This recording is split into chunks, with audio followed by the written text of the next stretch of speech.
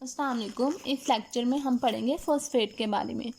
Phosphate is important component of nucleotides which are building block of nucleic acids, DNA and RNA. जो phosphate group होता है वो nucleotides का important component होता है और न्यूक्लिक एसिड की प्रोडक्शन के लिए यूज होता है। न्यूक्लिक एसिड में डीएनए होता है और आरएनए होता है। DNA is use for storage of genetic information and RNA transfer information to proteins, और इस तरह से इंफॉर्मेशन एक सेल से दूसरे सेल में ट्रांसफ़र होती है।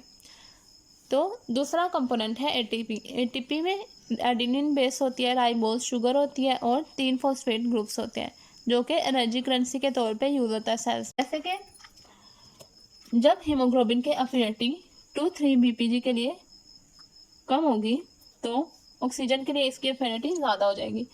तो ऑक्सीजन जो होगी वो हीमोग्लोबिन के साथ बाइंड कर जाएगी क्योंकि ऑक्सीजन के लिए एफिनिटी क्या है, ज़्यादा, और 2,3 फॉस्फोग्लिसरेट की एफिनिटी क्या है, कम है। तो ऑक्सीजन लंग से टिश्यूज की तरफ ट्रांसफर हो जाएगी हीमोग्लोबिन के साथ अटैच होकर in the form of oxy haemoglobin. लेकिन अगर हीमोग्लोबिन की एफिनिटी 2,3 फॉस्फोग्लिसरेट के लिए ज़्यादा हो गई है और ऑक्सीजन के लिए इसकी एफिनिटी कम हो गई है तो हीमोग्लोबिन ऑक्सीजन को रिलीज कर देगा in the form of free oxygen, और ये ऑक्सीजन टिश्यूज को मिल जाएगी। ये वाला वर्क कहाँ पे हो रहा है, टिश्यूज की साइड पे, और लंग्स के साइड पे ऑक्सीजन की एफिनिटी ज़्यादा होती है। तो इस तरह से ये कंपाउंड ऑक्सीजन की जो नॉर्मल ट्रांसपोर्टेशन होती है उसके लिए बहुत इंपॉर्टेंट होता है। इस तरह से फॉस्फोरस फॉस्फोराइलेशन में रोल प्ले करता है। फॉस्फोराइलेशन कहाँ कहाँ पे हो रही होती है, ग्लाइकोलाइसिस में हो रही होती है, क्रेब्स साइकिल में और बाकी सारे प्रोसेसेस में। फॉस्फेट की रेगुलेशन कैसे होती है, फॉस्फेट कहाँ से, इंटेस्टाइन से एब्जॉर्ब होता है in response to vitamin D3। Vitamin D3 के रिस्पॉन्स में इंटेस्टाइन से फॉस्फोरस की रीअब्जॉर्प्शन होती है, और दूसरी विटामिन D3 एक्ट करता है किडनीज पे और वहाँ पे भी जाके फॉस्फोरस की एब्जॉर्प्शन को ज़्यादा करवाता है। Healthy individual, all these processes relatively constant and easily regulated by renal excretion or reabsorption of phosphate। तो इस तरह से किडनीज और इंटेस्टाइन इम्पोर्टेंट रोल प्ले करती हैं फॉस्फोरस की रीअब्जॉर्प्शन में, और विटामिन डी जो होता है वो हेड के तौर पे एक्ट करता है जो किडनीज को मैसेज देता है और इंटेस्टाइन को मैसेज देता है और बॉडी में फॉस्फोरस की कंसंट्रेशन को मेंटेन रखता है। जो फॉस्फोरस होता है 80% बोन में प्रेजेंट होते हैं, 20% टिश्यूज में प्रेजेंट होता है और लेस देन 1% सीरम या प्लाज्मा में होता है। मतलब प्लाज्मा में इसकी कंसंट्रेशन बहुत कम होती है। क्लिनिकल एप्लीकेशंस में 2 केसेस आएंगे, हाइपोफॉस्फेटेमिया और हाइपरफॉस्फेटेमिया। हाइपोफॉस्फेटेमिया जिसमें फॉस्फोरस की कंसंट्रेशन कम हो जाती है, और ये किस में कॉमन होता है, hypophosphataemia is common in hospitalised patients.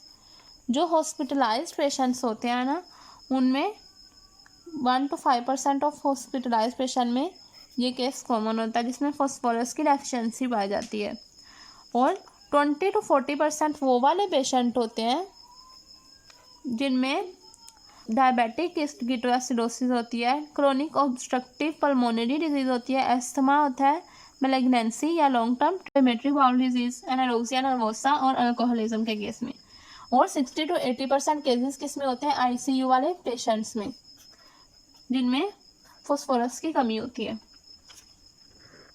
In cases में क्या होता है कि किडनी से जो रीअब्जॉर्प्शन होती है फॉस्फोरस की वो कम हो जाती है और इसका लॉस जो होता है वो ज़्यादा हो जाता है। और दूसरा कहाँ पे इफेक्ट होगा, इंटेस्टाइन में, इन्फ्लेमेटरी बाउल डिजीज़ के केस में इंटेस्टाइन से फॉस्फोरस की रीअब्जॉर्प्शन जो हो रही है उसकी एब्जॉर्प्शन नहीं हो रही, जिसकी वजह से हाइपोफॉस्फेटेमिया, ब्लड में फॉस्फोरस के लेवल कम हो गए हैं। दूसरा केस है हाइपरफॉस्फेटेमिया, ब्लड में फॉस्फोरस के लेवल ज़्यादा कम होंगे।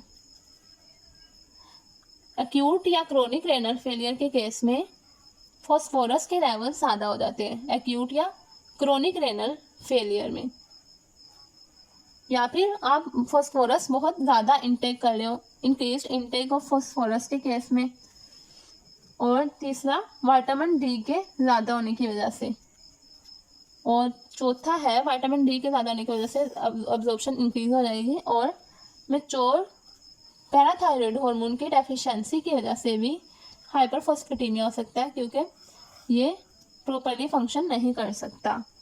और इन्फेंट्स जो कि काउस के मिल्क पर रिलाई करते हैं या फिर लेक्सेटिव्स यूज़ करते हैं, उस केसेस में भी फॉस्फेट के लेवल ज़्यादा होते हैं। ठीक है, इन सब चीज़ों में फॉस्फेट के लेवल ज़्यादा होंगे तो बॉडी में भी फॉस्फेट के लेवल ज़्यादा हो जाएंगे। और जिन पेशेंट्स में लिम्फोब्लास्टिक ल्यूकीमिया होता है, lymphoblastic leukaemia, it is cancer of white blood cells का, तो इस केसेस में भी फॉस्फेट की कंसंट्रेशन ज़्यादा होगी। तो इसकी डिटर्मिनेशन कैसे करते हैं? स्पेसिमेन लेते हैं सीरम या फिर हेपारिन प्लाज्मा। EDTA, सिट्रेट या ऑक्सीलेट एंटीकोएगुलेंट्स यूज़ नहीं करते क्योंकि वो इंटरफेयर करते हैं मेथड के साथ। और सैंपल हेमोलाइज्ड नहीं होना चाहिए।